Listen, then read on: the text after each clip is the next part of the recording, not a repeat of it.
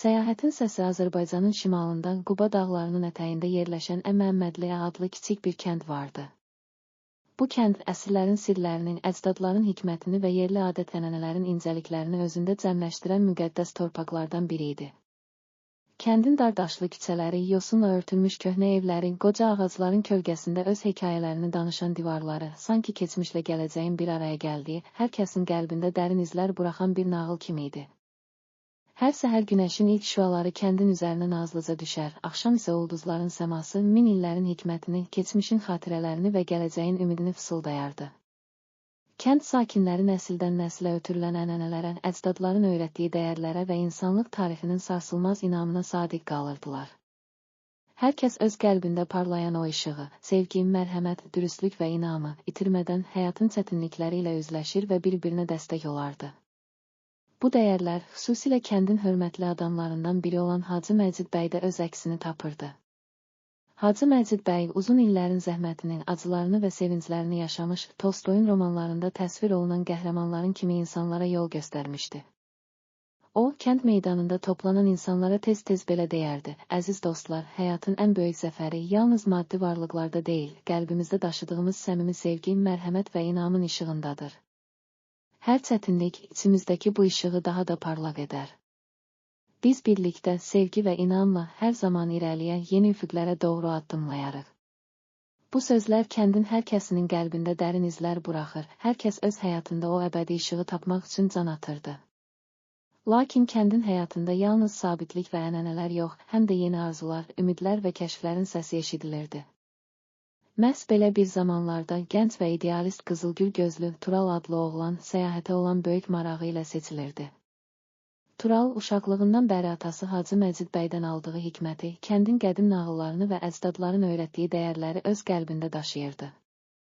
Hər səhər o, kəndin dar daşlı küçələrində gəzir, günəşin ilk şüaları altında həyat yalnız zəfərlərlə ölçülmür, hər çətinlik içimizdəki o əbədi işığı daha da parlaq edəcək bir fürsətdir, deyə düşünürdü. Onun gözlərində həm gəncliyin təravəti, həm də keçmişin ağırlığı, gələcəyin ümid dolu baxışları bir araya gəlirdi. Bir gün Turalın qəlbində qəribə bir arzu oyandı. O, kəndin sərhədlərini aşaraq, dünyanın müxtəlif guşələrini kəşf etmək, öz içindəki səmimi işığı yeni biliklərlə zənginləşdirmək istəyirdi.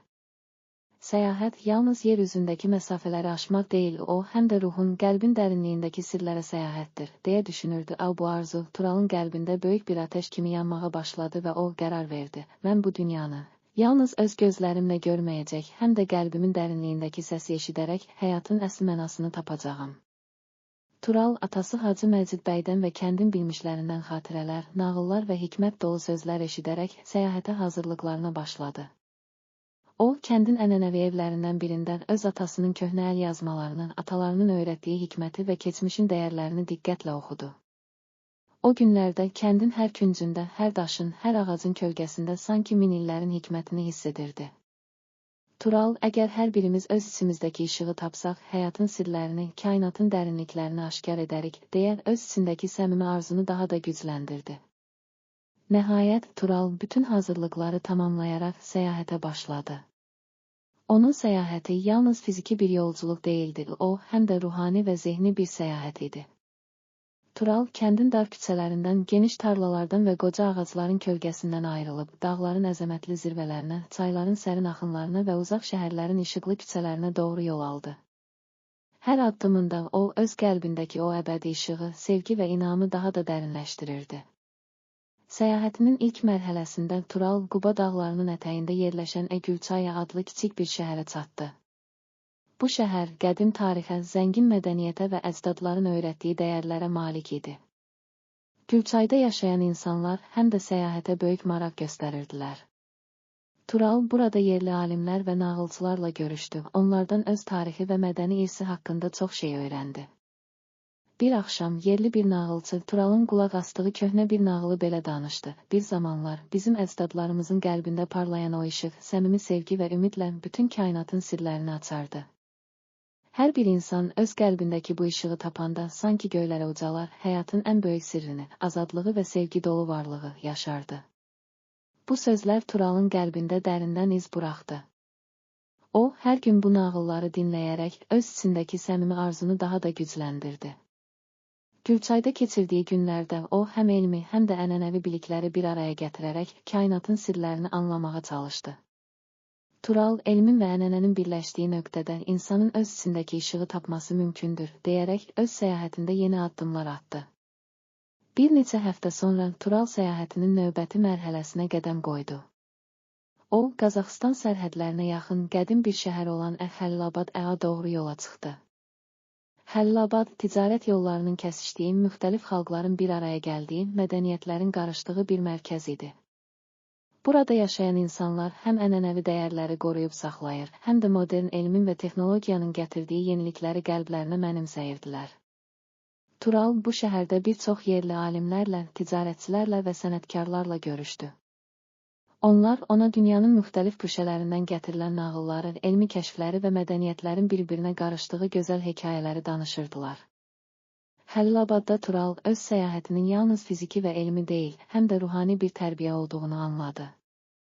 O, hər kəsin içində bir kainat var, əgər sən öz qəlbindəki o səmimi işığı tapıb, onu gücləndirsən, bütün dünyanı dəyişdirə bilərsən, deyə öz düşüncələrini dərinləşdirdi. O, şəhərin kənarındakı bir çay kənarında oturub, ulduzlu səmanı seyr edərkən, bizim üçün ən böyük sərvət, öz içimizdə daşıdığımız işıqdır.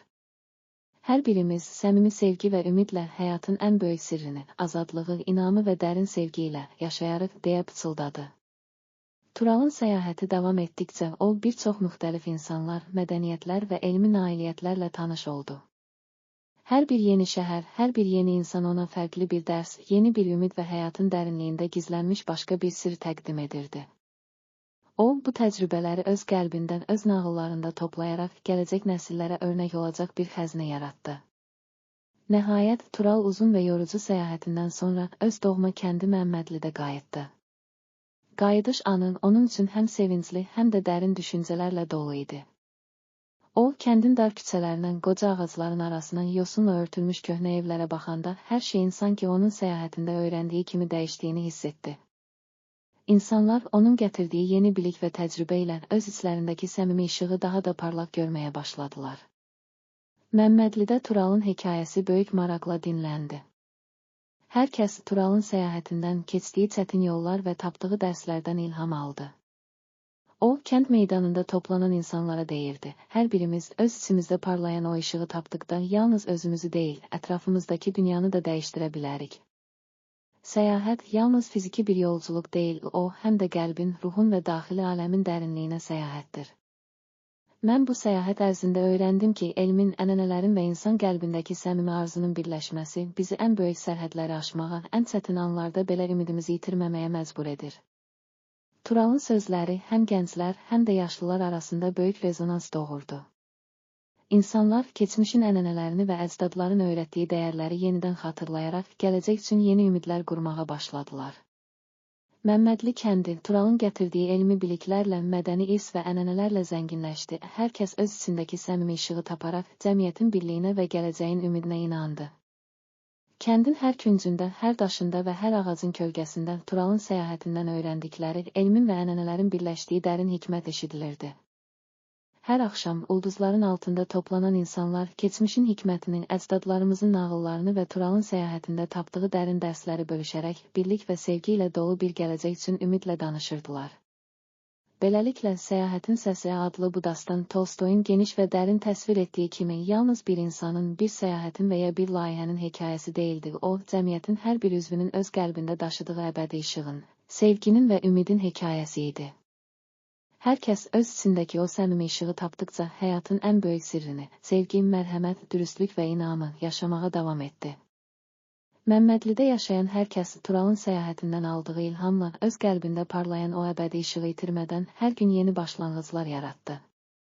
Gənclər Turalın izindən gedərək elmi araşdırmalarla ənənələri bir araya gətirdi. Yaşlılar isə keçmişin hikmətini yad edərək gənclərə öz dəyərlərini öyrətdilər.